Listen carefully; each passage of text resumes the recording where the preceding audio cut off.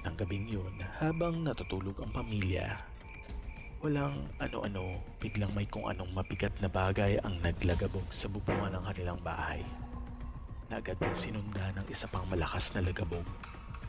Sa sobrang lakas nito, nagising ang ama't ina nila.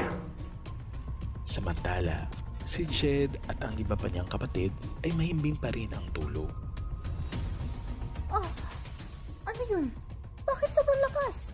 Imposibleng pusa yun dahil sobrang lakas. Tiyak kung hindi rin pusa yun. Dahil parang tao na ang bigat nun ah. Sobrang lakas.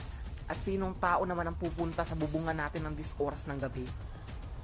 Anong ibig mo sabihin? Na aswang ang mga ito?